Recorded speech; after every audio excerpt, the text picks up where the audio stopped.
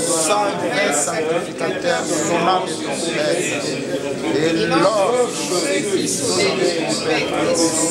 chante finissant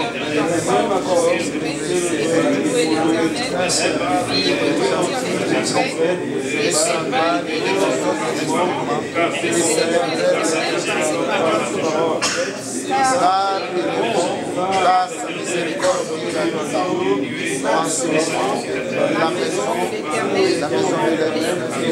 de la nuée, les sacrificateurs ne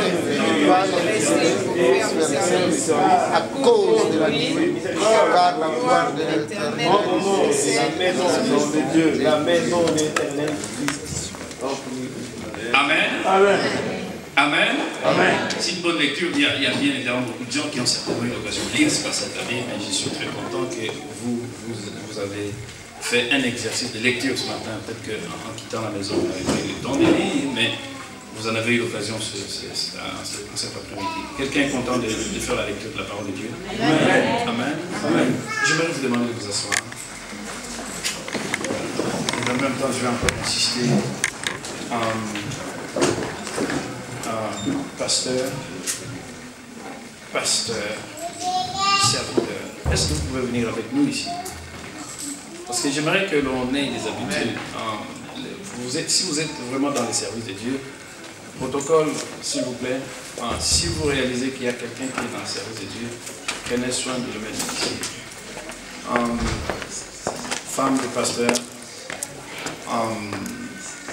pour moi, les femmes de pasteurs, je veux travailler de manière à ce qu'elles soient aussi co-pasteurs comme leur mari. L'appel, lorsque l'homme l'a reçu, si la femme ne l'aide pas, l'appel ne va pas être conclu comme il se doit normalement. Et dans l'église américaine, la femme du pasteur Graham, nous l'appelons First Lady, c'est-à-dire première dame. First Lady de l'église américaine où je suis, elle est co-pasteur. Comme moi, comme son mari, elle est co-pasteur. J'aimerais que nous changions un peu nos mentalités. C'est dur, vous comprenez? Parce que dans nos milieux francophones, nous n'avons pas beaucoup de respect pour le ministère de femmes, d'une part, et au-delà de ça, ce n'est pas souvent la coutume de voir les femmes prêcher, même si elles ont l'onction de la paix de Dieu. Nous boudons. Je crois qu'il faut laisser l'Esprit de Dieu dans tous les hommes, dans toutes les personnes, femmes ou hommes, s'émouvoir de la manière dont Dieu veut, parce que Dieu a une mission avec chacun d'entre nous. Est-ce que nous sommes bien d'accord? Protocole, est-ce que vous êtes d'accord avec moi pour que si vous voyez, même là, s'il y a un serviteur de Dieu, vous demandez, serviteur, s'il y a de la place, on va essayer. Si vous avez encore des honneurs, c'est pas la peine de... Amen. Alors, nous avons eu l'occasion de prendre cette lecture. J'aimerais que quelqu'un vraiment prête l'oreille à ce que nous aurons à dire aujourd'hui. Parce que je suis persuadé que ça va changer la vie de quelqu'un. Et si tu prends et tu mets en pratique ces principes que nous allons dégager dans la parole de Dieu, je suis persuadé que ta vie ne sera plus jamais la même. Amen. Il s'agit de l'histoire d'un roi, le roi Salomon. Je ne vais pas rentrer dans l'histoire de la tente d'assignation du tabernacle, là où Dieu avait parlé à Moïse dans le désert d'ériger une structure comme le lieu de rencontre avec son peuple. Là, la tente d'assignation où le tabernacle était une structure mouvante, une structure non permanente. On ne pouvait pas asseoir la structure parce qu'ils étaient pèlerins dans le désert. Ils devaient marcher selon l'ordre de Dieu à tout moment. Donc, vous comprenez, ils n'avaient pas pour vocation d'établir cette structure dans le désert. Et après la traversée du désert, ils ont marché 40 ans, c'était assez long, mais il a plu à Dieu à un moment donné qu'ils soient arrivés sur la terre où Dieu leur a recommandé d'arriver. après réellement un bon moment. Il y a eu beaucoup de tractations. Au temps de David, il voulait ériger le temple, mais avec les mains qui étaient essuyées, tachetées de sang, Dieu lui en a interdit. Et Dieu avait permis qu'il allait faire cette mission avec son fils Salomon. Et tout était organisé de manière à ce que nous puissions réaliser la présence, non pas de la tente d'assignation ou du tabernacle, mais cette fois-là, ça a changé le nom, ça devenait du temple. Ça devenait quelque chose de permanent.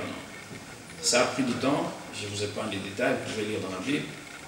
Et on a érigé cette structure. Salomon, roi, a pu, sous sa royauté, mettre en place cette structure. Et l'histoire que nous venons de lire nous raconte les événements qui vont de pair avec cette démarche de construction du temple.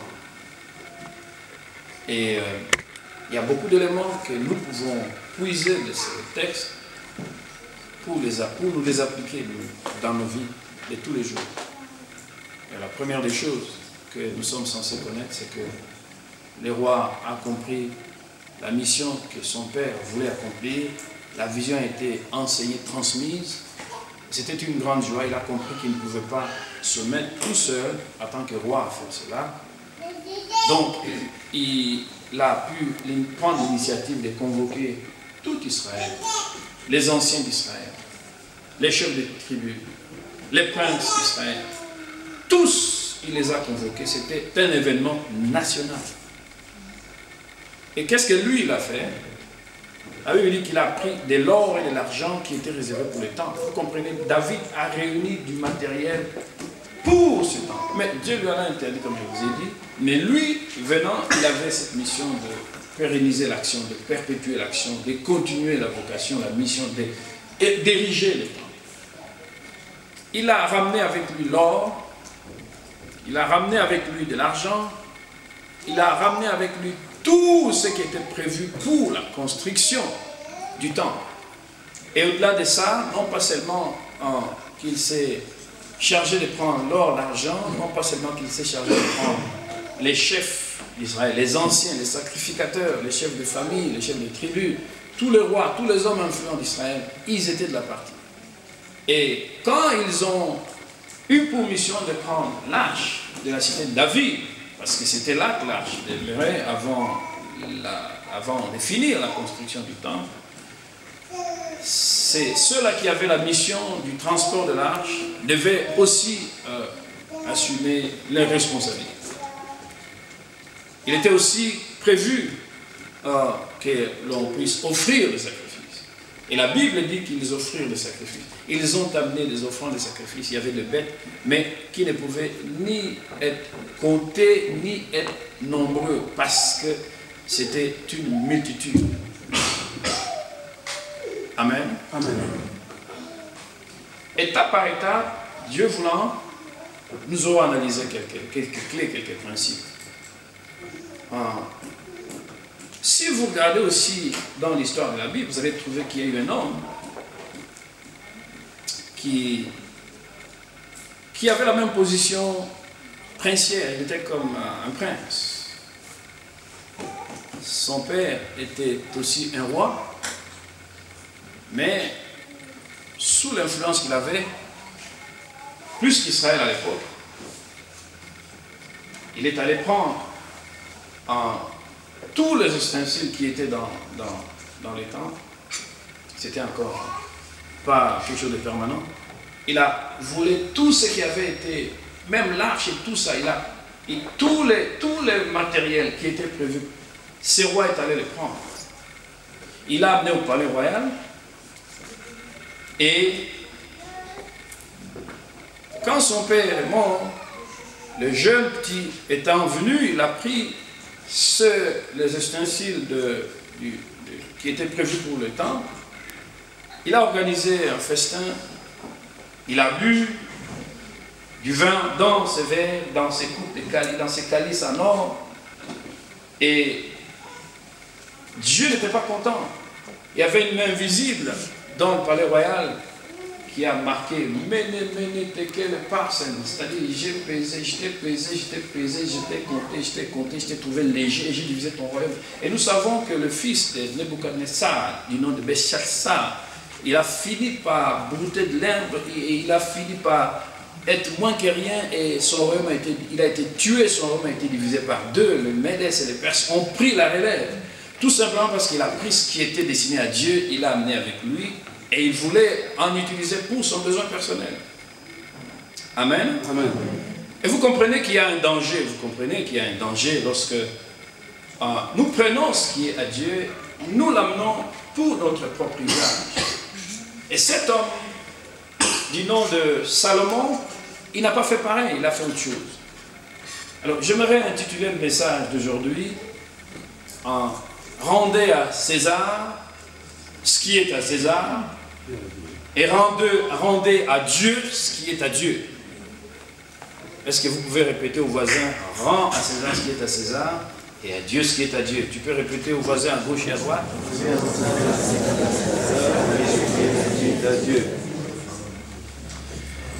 Quelqu'un va me dire, mais il a sorti un titre, mais est-ce que c'est biblique même ces titres-là? Il a inventé des titres et que bon, il a un imaginaire fertile, ce monsieur-là, il parle, c'est peut-être assez bien, mais bon, je n'ai pas été convaincu de la provenance du thème, là, parce que c'est peut-être mondain, c'est peut-être les fruits de la sagesse. Est-ce que quelqu'un... Non, j'aimerais pas que vous vous posiez ce genre de questions, quand bien même vous auriez bien le droit de le faire. Hein. C'est pour cette raison que je vais prendre aussi la parole de Dieu. Vous pouvez lire avec moi dans Matthieu 22, versets 17 à 21.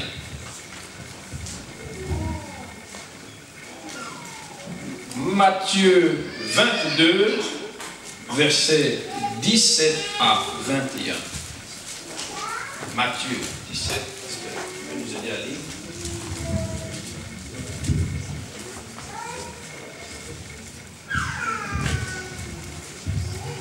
Matthieu 22, versets 17 à 21. Nous lisons au nom de Jésus. Dis-nous donc ce qui t'ensemble. Est-il permis ou non de payer les tribus à César?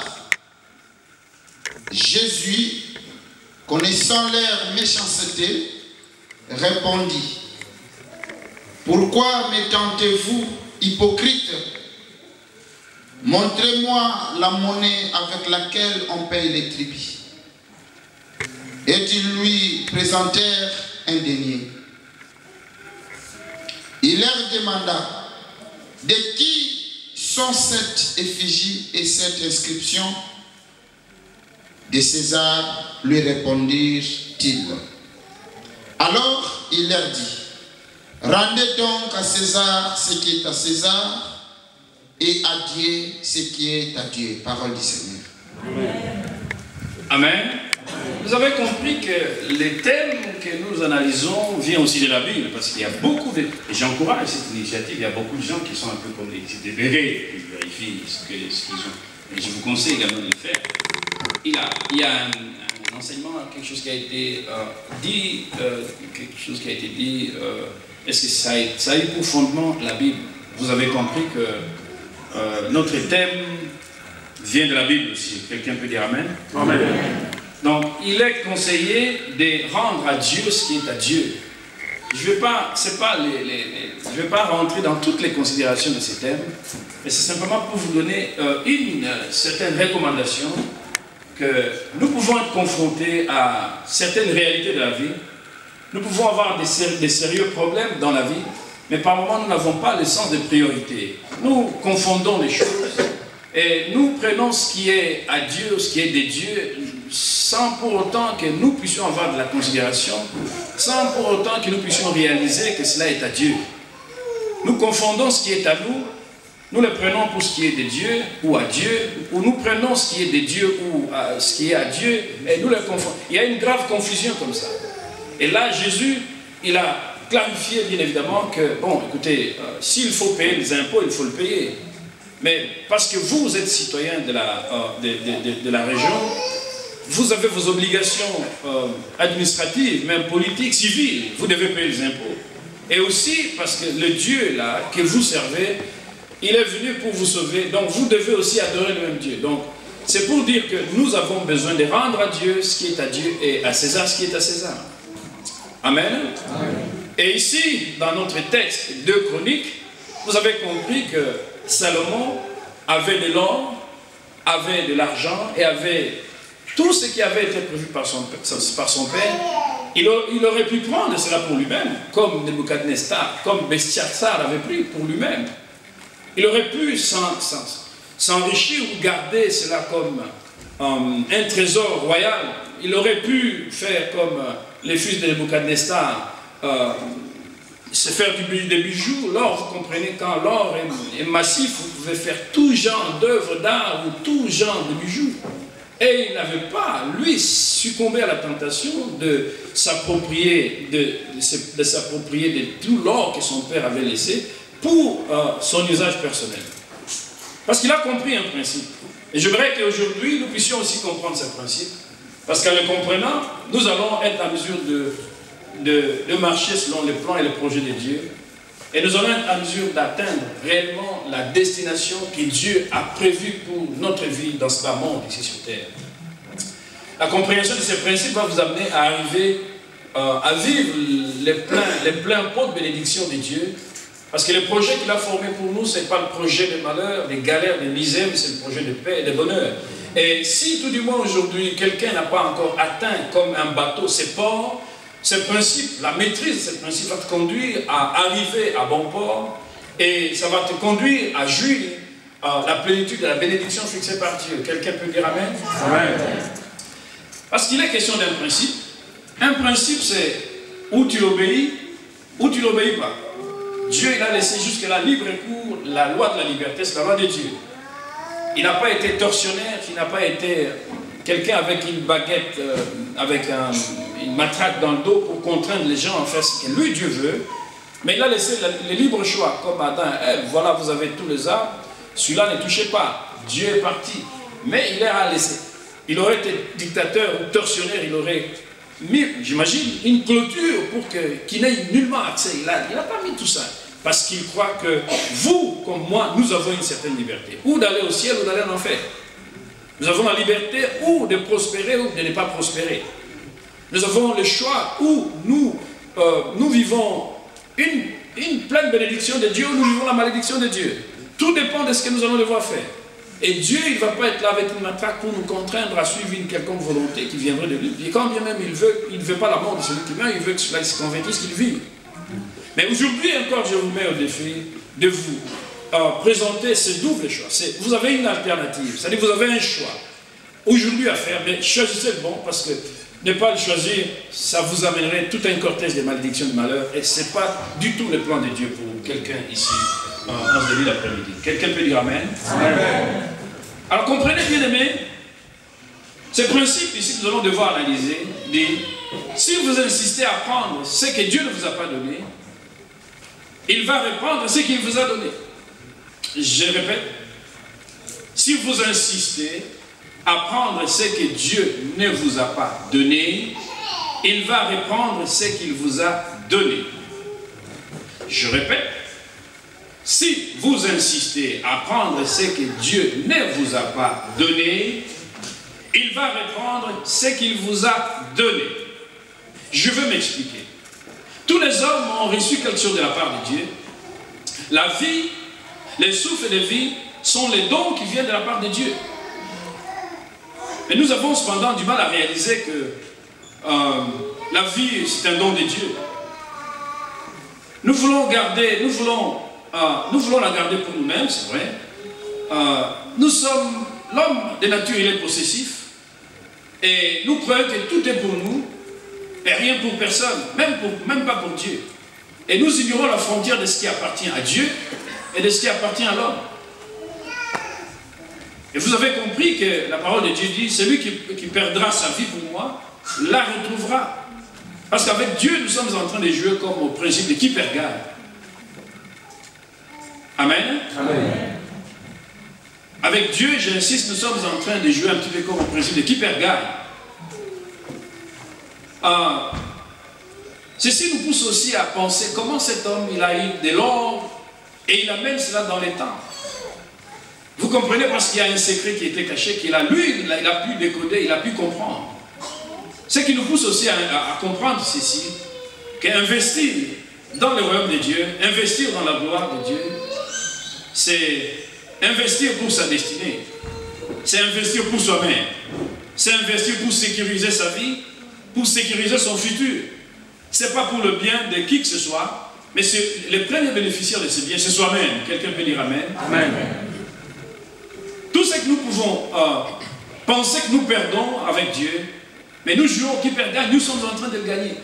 Que ce soit notre temps que nous donnons à Dieu, que ce soit de l'argent que nous donnons à Dieu, que ce soit la foi que nous avons en Dieu, au préalable, nous pouvons penser que c'est une pure perte. Nous sommes en train de paumer, de perdre notre temps. Nous sommes en train de... Oh là là, vous comprenez, je ne dois pas tout le temps me rendre à l'église parce que si je suis en train de perdre mon temps, j'ai encore 10 millions de choses à faire. C'est cela qui peut arriver souvent ou qui arrive de temps en temps à notre esprit. Mais je vous garantis que tout ce que vous perdrez pour Dieu, mais en revanche, vous êtes gagnant parce que vous allez récupérer au centuple, et même plus que cela, c'est que vous êtes en train de faire pour notre Dieu. Avec Dieu, nous sommes en train de jouer au jeu du rendez-vous, du donner et du recevoir. Quelqu'un, ça dit quelque chose à quelqu'un, mais les rendez-vous du donner et du recevoir, c'est quelque chose que vous donnez et après coup, vous allez recevoir. Peut-être pas les mêmes choses que vous avez investies, que vous avez données au préalable, mais Dieu qui est fidèle, il sait comment rémunérer les siens. C'est que lui, Dieu veut que nous puissions recevoir. À partir du moment qu'il nous trouve fidèles et qu'il voit que nous avons compris que Dieu, il est le pourvoyeur de tous les dons et il est le garant, le gérant et le géniteur de tout ce que nous pouvons avoir, vie, mouvement, être, respiration, et toutes ces choses nous viennent de la part de notre Dieu. Amen. Amen. Amen. Mais malgré tout ça, malgré l'amour de Dieu, nous devons comprendre qu'il y a des choses que Dieu ne nous a pas données. Quelqu'un va dire, qu'est-ce que Dieu ne nous a pas donné? La grande question, vous n'avez pas tort lorsque vous allez me poser cette question, vous la posez à vous-même. J'insiste et je persiste, j'estime que malgré le grand amour de Dieu, il y a des choses que Dieu ne nous a pas données. Tout n'est pas pour nous.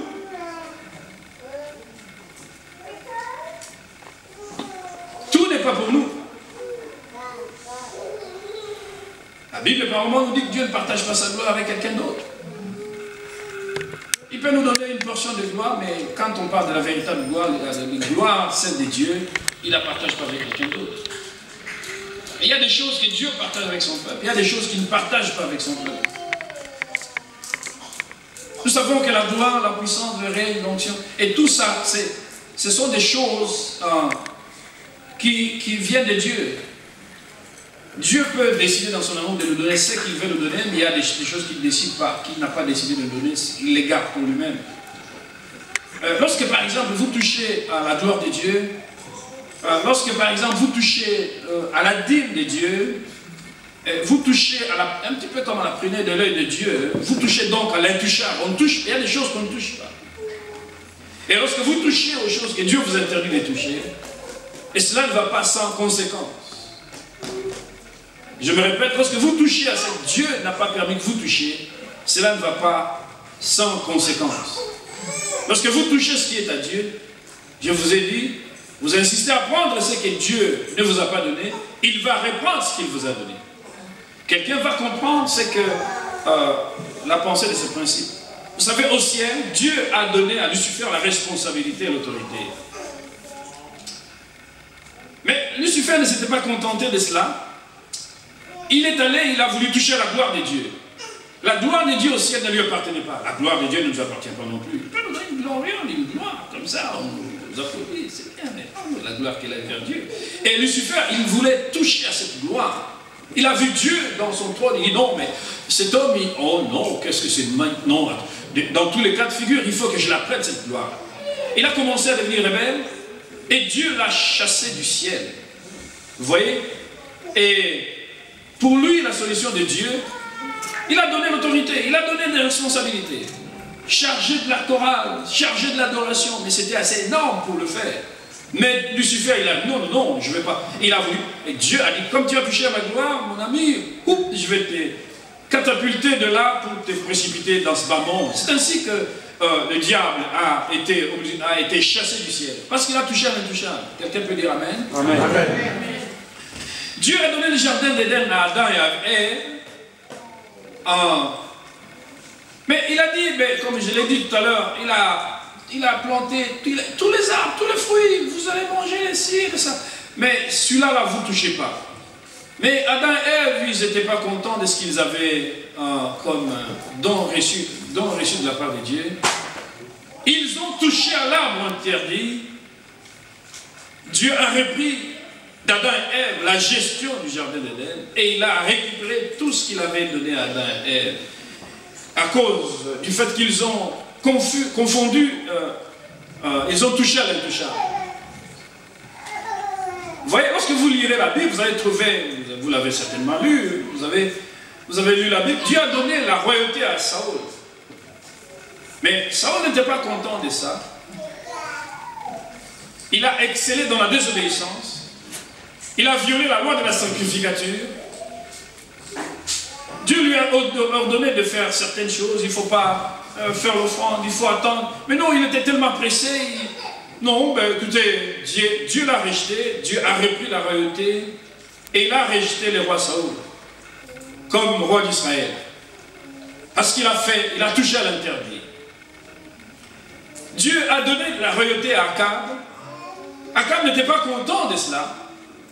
Avec sa femme Jézabel, ils ont envié la ville de Naboth, ils ont tué Naboth. Ils n'étaient pas contents de ce qu'ils avaient, mais Dieu n'a pas donné à cet homme-là et à cette femme-là l'autorité d'ôter la vie des personnes humaines. Vous voyez, c'était dur. Mais vous savez ce que Dieu a fait? Parce que Dieu a touché. Il n'y a que moi seul qui peut donner la vie et la mort. Ce n'est pas à toi de le faire. Dieu a repris à Akab et à sa femme Jézabel la gestion d'autorité. Et nous savons par les Écritures que Dieu a tué Jézabel. Pareillement qu'elle a donné la mort à Naboth. Et Jézabel était morte comme un personnage quelconque, comme ce fut le cas d'un roi, d'un président roumain à l'époque, un dictateur, Ceausescu, un grand roi, mais qui est mort comme un moins que rien. Et au point où même les chiens sont venus, ils ont léché les sangs de Jézabel.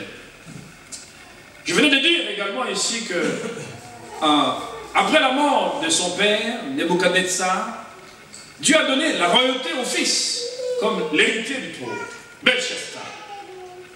Il n'était pas content non plus de cela. Il a récupéré de la maison de l'Éternel les ustensiles que son père avait volés pour s'enivrer avec ses concubines.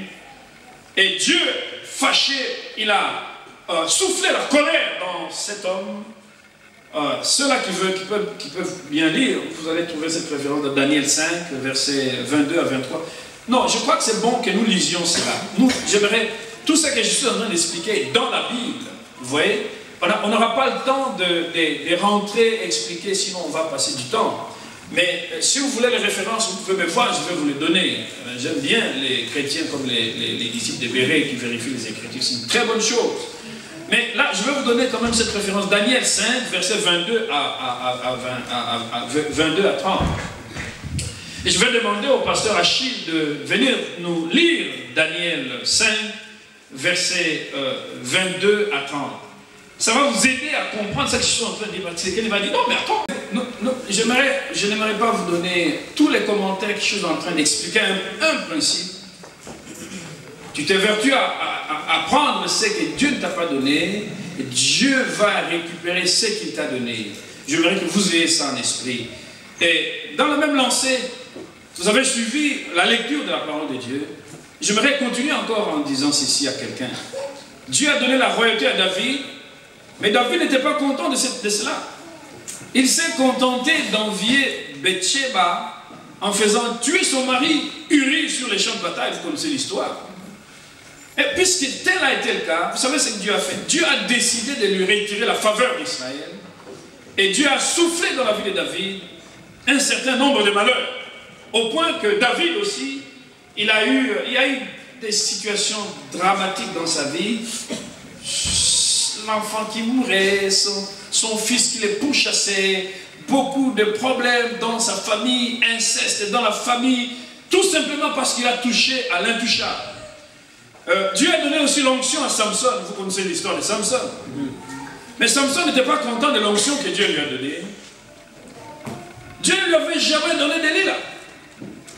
Mais il s'est contenté d'envier Delilah en jouant aux énigmes avec l'onction. Il y a beaucoup de gens qui, bien qu'ils ont l'onction, ils croient que Dieu va toujours leur donner de l'onction. Ils croient que Dieu ne se trompe pas. Ils font tout et n'importe quoi. Et Dieu, il vous a donné l'onction, mais il ne vous a pas donné la sueur, la mondialité et tous ces cortèges de problèmes. C'en était le cas pour cet homme du nom de Samson. Powerful man, très puissant. Mais vous savez ce que Dieu a fait? Dieu a récupéré l'onction qu'il lui a donnée.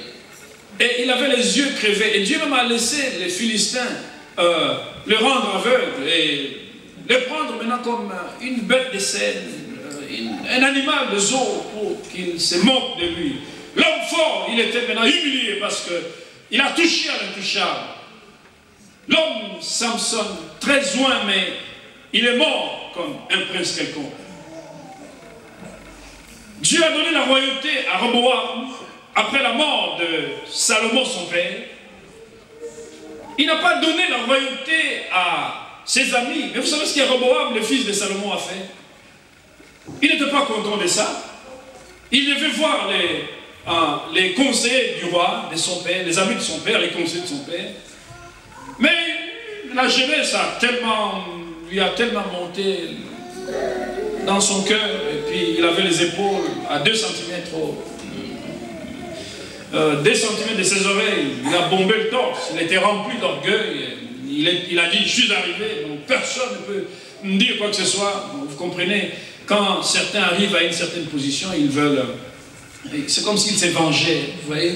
Il y a des gens qui étaient dans la galère, dans la misère, lorsqu'ils arrivent à une situation, ils se vengent, c'est comme si vous tous qui étiez un peu avancés par rapport à lui, c'est vous qui lui avez contraint de vivre dans cette situation comme ça. Il va vous démontrer que lui aussi est arrivé. Je ne sais pas si quelqu'un est en train d'écouter ce que je suis en train de dire. Mais je ne sais pas pourquoi le Saint-Esprit me dit ça. Il y a des gens qui étaient dans la misère. C'est souvent lorsqu'on quitte les pays africains, on vit dans la galère, mais quand on arrive là-dedans, on peut avoir soi-même avec une belle voiture. Ah, moi aussi, tous les gens qui étaient là, bien, tu commences à te fâcher. Et vous savez, le petit prince est arrivé au royaume, au trône. C'était pas ce qu'il a fait. Ce qu'il a fait, c'est qu'il devait écouter le conseil des vieux. Quand les vieux arrivent, il les a humiliés pour dire, si mon père a posé du poids sur vous, comme moi je vais vous faire pire que ça. Il a été très arrogant. Vous savez ce que cet homme a subi? Dieu a décidé de lui retirer la faveur en les décidant de sa position royale. Et le royaume a été divisé. C'est là qu'on parle des schismes, de la division du royaume d'Israël. Royaume du nord et du sud, vous savez, c'était à cause de cet homme. Lorsque vous touchez à l'intouchable, Dieu, il va vous bouger, il va reprendre ce qu'il vous a donné. Parce que vous avez compris, vous n'avez pas compris les principes. Dieu a donné aussi la royauté à Jéroboam. Mais Jéroboam non plus n'était pas content de ça. Il s'est contenté d'introduire en Israël l'idolâtrie, l'ivrognerie, l'impudicité. Et compte tenu de ça, Dieu a décidé de lui retirer la faveur d'Israël en permettant sa destitution. Roboam, le fils de Salomon, et Roboam, l'autre prétendant au trône, les deux, ils ont été destitués parce qu'ils ont touché à l'intouchable. Ils ont agi à la manière où il ne faut pas agir. Peut-être quelqu'un ce soir est en train d'agir d'une manière, il va me dire, mais non, ça c'est bien beau, pour eux ils étaient méchants, mais moi je n'ai pas fait pareil, jusqu'à là je suis bien, clean, non. Mais j'aimerais te ramener à voir si oui ou non tu touches à l'intouchable ou tu ne fais pas pareil. Dieu avait donné de la richesse, il avait donné de la prospérité, il avait donné la vie à Ananias et Saphira. Dieu ne leur avait pas donné la mort. Bien que la mort, elle est fatale, elle est pour tous. Vous savez, pour aller au ciel, nous devons mourir. Le corps, il doit aller sous terre. Nous devons être enterrés, mais on est en Christ. Il y a du prix aux yeux de Dieu, la mort du juste, celui qui a Jésus. Ça, c'est pas le problème ici. Mais Dieu n'avait pas voulu que Ananias et Saphira meurent à ces moments spécifiques de leur vie. Mais Ananias et Saphira, ils n'étaient pas contents de la prospérité, ils n'étaient pas contents de la vie. Ils se sont contentés de mentir à l'Esprit de Dieu. Et après la vente volontaire de leur propriété, ils ont décidé de mentir au Saint-Esprit. Ils ont décidé de toucher à l'intouchable. Vous savez ce que Dieu a fait? Dieu a vu leur mauvais cœur. Il a récupéré la vie qu'il leur a donnée. Il les a frappés de mort subite. Ils sont morts à cause de leurs mensonges. Quelqu'un a peut-être menti au Saint-Esprit. J'aimerais simplement te dire, c'est un principe. Ou tu les respectes, ou tu les violes. Lorsque tu les respectes, tu vas vivre. Tu les violes, tu ne vas pas vivre. À tout homme de la terre, à vous, à moi, Dieu nous a donné 90% de nos biens. Dans tout ce que tu as, tu peux travailler, tu peux amasser des gains, tu peux avoir de l'argent. Dans tout ce que tu peux avoir, et Dieu t'a donné la jouissance de cela à concurrence des 90%. Tes revenus, l'or, l'argent économisé en banque, tout ce que tu peux avoir, Dieu t'a donné la jouissance à concurrence des 90%. Mais Dieu ne t'a pas donné les 10% restants. Je ne sais pas si quelqu'un est en train d'écouter ce que je suis en train de dire. Nous sommes en train de développer un principe où tu les violes, tu les respectes. Libre choix, le libre choix t'est donné. Mais je mérite de dire de choisir le bon côté. Parce que la mort, elle n'est pas trop loin lorsqu'on viole ces principes.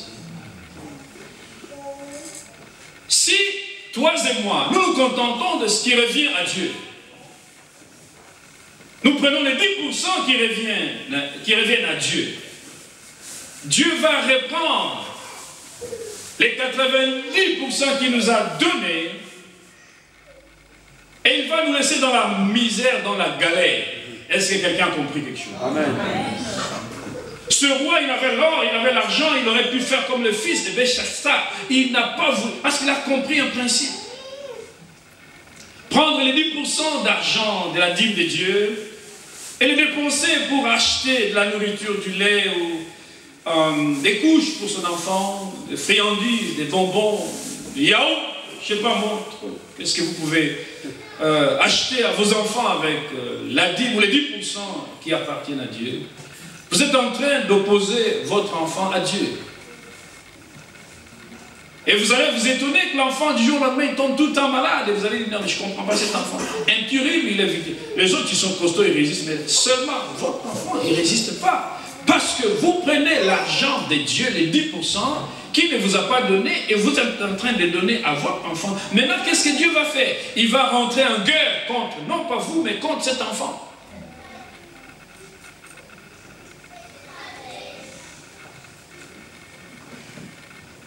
Parce que quand vous honorez Dieu avec ce qui est à lui, parce que quand vous donnez à Dieu ce qui lui revient, Dieu va garder les vôtres. Il va déployer les ailes de sûreté, de protection dans votre vie, dans votre famille. Quand bien même un accident serait vous seriez exposé de plein fouet à être victime d'un accident, Dieu il va lui-même faire tout pour vous sortir de ce genre de situation. Parce qu'il va prendre de ceux-là qui l'honorent. Lorsque vous donnez à Dieu ce qui est à Dieu. Notez que le principe, les thèmes que nous développons, c'est donner à Dieu ce qui est à Dieu et à César ce qui est à César. Quelqu'un est en train de comprendre ce que je suis en train de dire? Amen. Lorsque vous donnez à Dieu ce qui lui revient, il va menacer le dévoreur. Il va protéger nos biens, il va protéger nos enfants. Il va assurer notre prospérité. Si rien ne se fait dans ce sens, c'est l'inverse qui est vrai dans nos vies.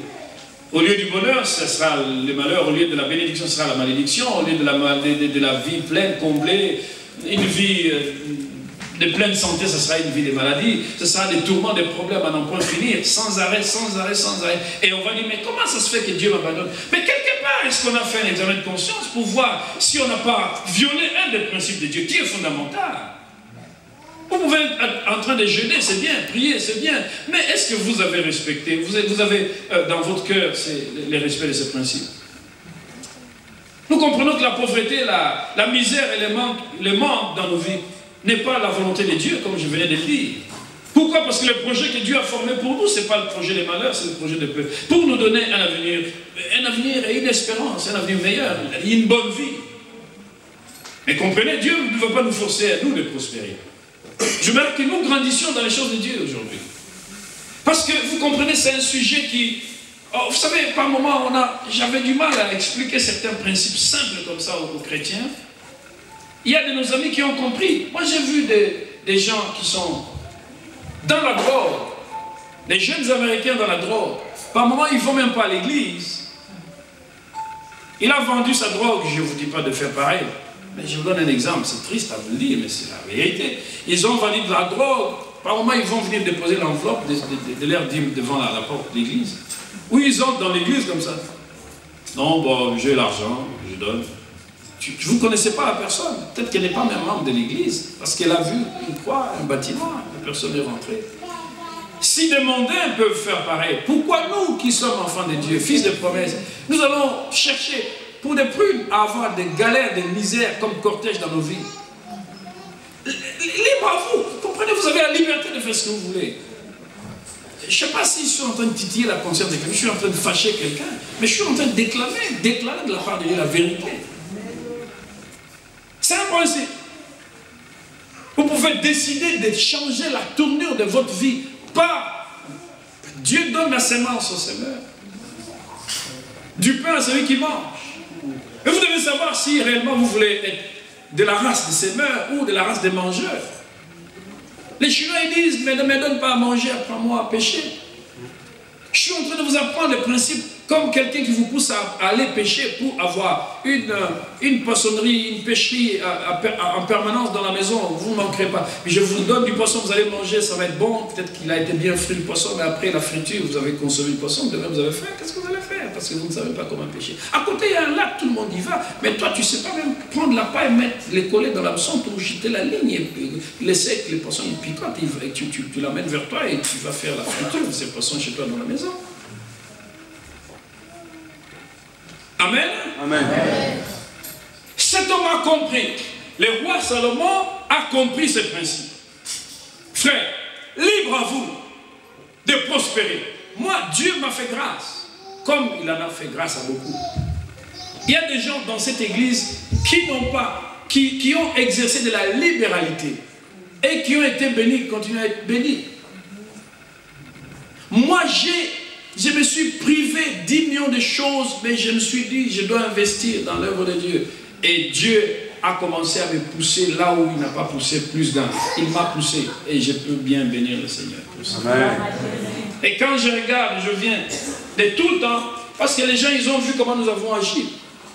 Quand je regarde la manière dont le pasteur, l'ange de la maison fait, parfois je me dis, cet homme a compris les principes, plus que même tous ces rois-là qui ont été rejetés. Il passe de son temps. Par moment, son argent, il investit dans l'œuvre de Dieu. Rien ne marche. Parfois, les chrétiens, ils ne sont pas prêts à donner même un sou. Ils ne sont même pas prêts à donner ce qui est à Dieu. Ils ne sont même pas prêts à rien donner.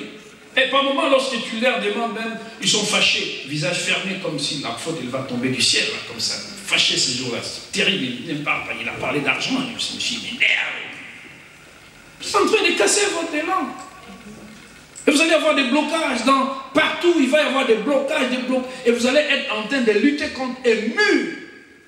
Et dire que Dieu, où es-tu? Où es-tu si réellement tu étais Dieu? Où es-tu? Non, ce n'est pas Dieu qu'il faut mettre au pilori, ce n'est pas Dieu qu'il faut mettre à l'œuvre, ce n'est pas lui qu'il faut pointer du doigt. Il faut faire un examen de conscience et se voir soi-même. Si oui ou non on a pris ce qui est à Dieu, tu insistes à prendre ce qui est à Dieu continuellement, Dieu va retirer ce qu'il t'a donné.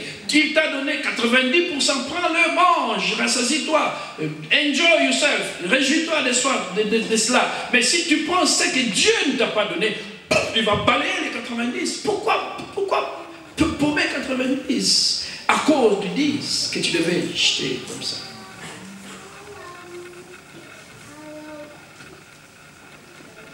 Et on veut même qu'il y ait la gloire de Dieu. Ça fait un des principes de la gloire de Dieu. Je vais réellement rentrer sur le sujet.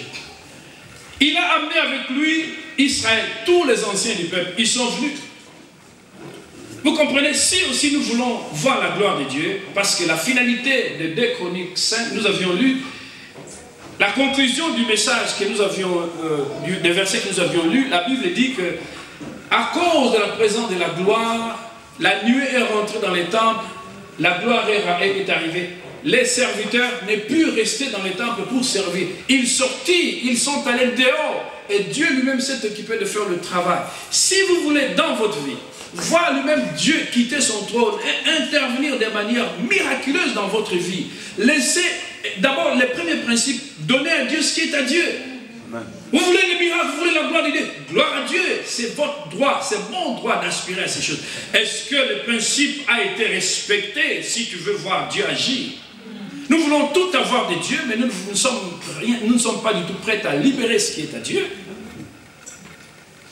Même le roi, il a compris qu'il fallait qu'il amène avec lui. C'était la division. Les gens, les 12 tribus d'Israël, il a dit non, ils sont 12 ces gens-là, mais je vais les avoir tous avec moi. Et il a pris l'or, tous les ustensiles de la maison de l'Éternel. Il a appelé les Lévites, ils ont transporté selon la loi de la sacrificature l'arche sur les épaules, non sur le chariot. Et ils ont amené de la cité de David jusqu'au temple. Il y avait les Lévites, il y avait les sacrificateurs, il y avait tout le monde. Tout le monde était là. Et ils ont pris les offrandes sans nombre. Personne ne pouvait ni nombreux, ni compter. Tellement qu'il y en avait beaucoup. Comment est-ce que nous agissons lorsque nous voulons que Dieu agisse? Par moment, vous savez, dans l'église où j'ai pris, il y a plus, ça fait très longtemps, peut-être plus de 6 ans, il n'y a plus de pièces jaunes dans les offrandes. On fait des pièces jaunes ici. Ne faites plus le pièce jaune. Là, vous êtes en train de prendre les moutons boités, cabossés et vous donner à Dieu. Et vous voulez que Dieu vous bénisse avec les pièces jaunes? Ayez honte. Quelqu'un va être choqué. Il va dire, oh, le pasteur a dit, ayez honte. Oui, ayez honte. Pourquoi? Parce que je suis en train de vous connecter au miracle de Dieu.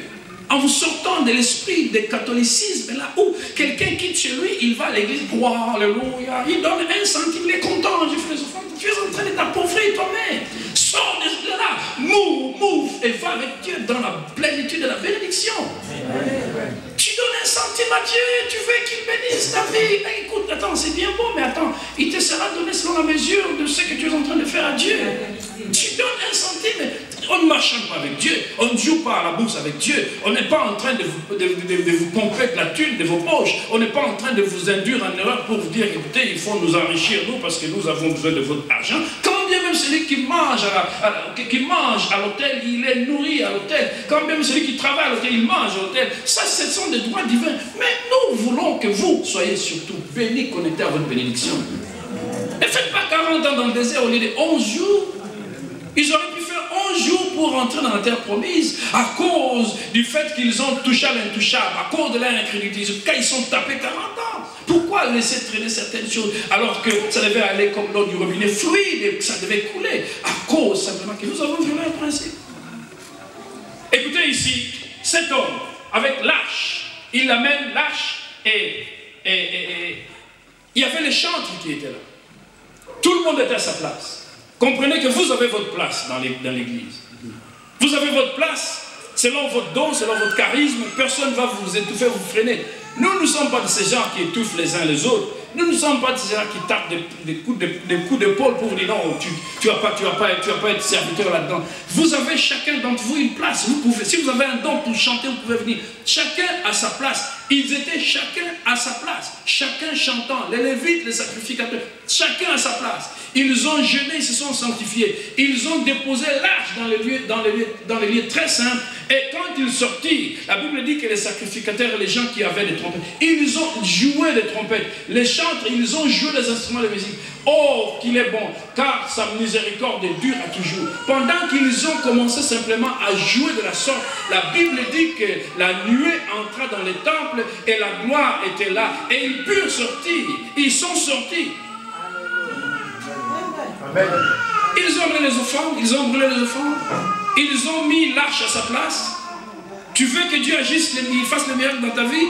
L'arche, c'est la présence même de Dieu, elle doit être dans toi. L'arche, la parole de Dieu, tu dois la lire, la méditer. Et la preuve, regarde, je vais te dire, lorsqu'ils ont ouvert l'arche, dans l'arche, lisez, vous allez voir même dans Hébreu ou dans l'Ancien Testament, il y avait trois structures qui étaient dans l'arche. Il y avait la verge d'Aaron qui avait fleuri, il y avait les bols d'or qui contenaient la manne, et il y avait aussi les 2 tables de loi. Et je vais même vous dire, où sont partis la verge d'Aaron ou les bâtons d'Aaron? Où est parti les golden, la caisse d'or qui contenait la manne?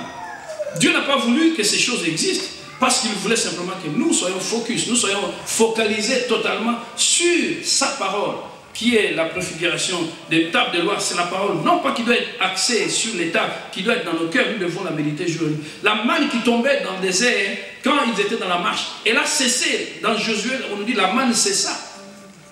Et c'est l'autorité d'Aaron qui devait être la primauté d'action ou la volonté de ses peuples. Non, ce n'était pas non plus l'autorité d'Aaron. La verge d'Aaron qui a fleuri, il n'y avait pas de racines, mais on a trouvé qu'il y avait des fleurs. Ça, c'était un symbole d'autorité. Mais ce n'est pas notre autorité qui doit primer, ce n'est pas notre volonté à nous qui sommes dans le service que vous devez suivre. Vous devez suivre l'autorité finale qui est la parole de notre Dieu. Amen. Ils ont loué l'Éternel. La louange a une place très importante aussi dans la maison de Dieu. Ils ont adoré.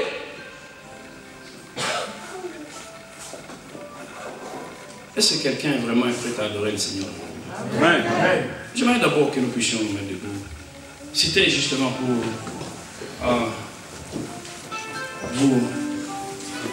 vous rappeler ces quelques principes. La place de votre cœur. Là où est le cœur, c'est là où est votre trésor. Est-ce que vous kidnappez ce qui est à Dieu? Il y en a qui ont kidnappé ce qui est à Dieu. Toute cette année, si vous avez kidnappé ce qui est à Dieu, libre à vous. Est-ce que vous avez donné la place à la parole de Dieu? Est-ce que vous avez donné les offrandes à Dieu? Est-ce que vous avez réellement cherché à adorer le Seigneur? Si vous voulez voir la gloire de Dieu, ce sont les choses que vous devez observer avec vous. J'aimerais vous demander de lever les mains. Nous avons écouté la parole. Nous sommes dans la présence de Dieu. Que chacun regarde. Si tu n'as pas violé ces principes, tu vas dire gloire à Dieu. Mais si tu l'as violé, dis-toi, Seigneur, pardonne-moi parce que tout le temps, j'ai volé ce qui est à toi. Et le cortège des galères, des malheurs, des misères, c'est peut-être à cause de toi.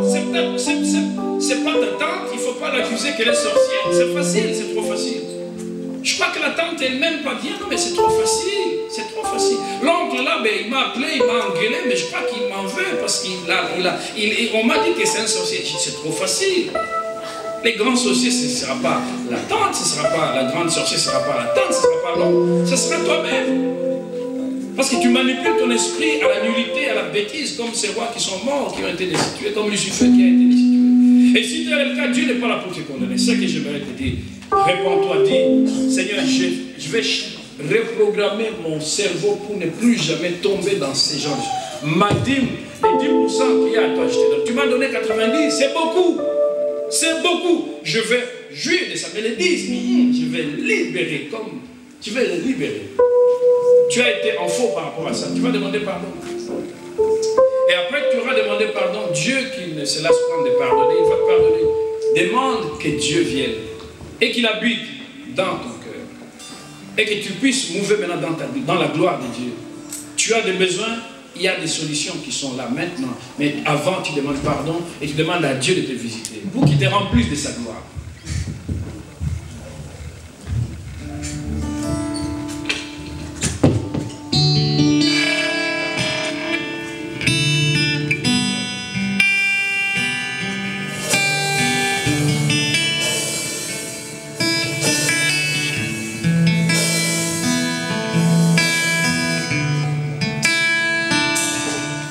Son nom est élevé au-dessus de tous les noms. Son nom c'est Jésus. Son nom c'est Jésus.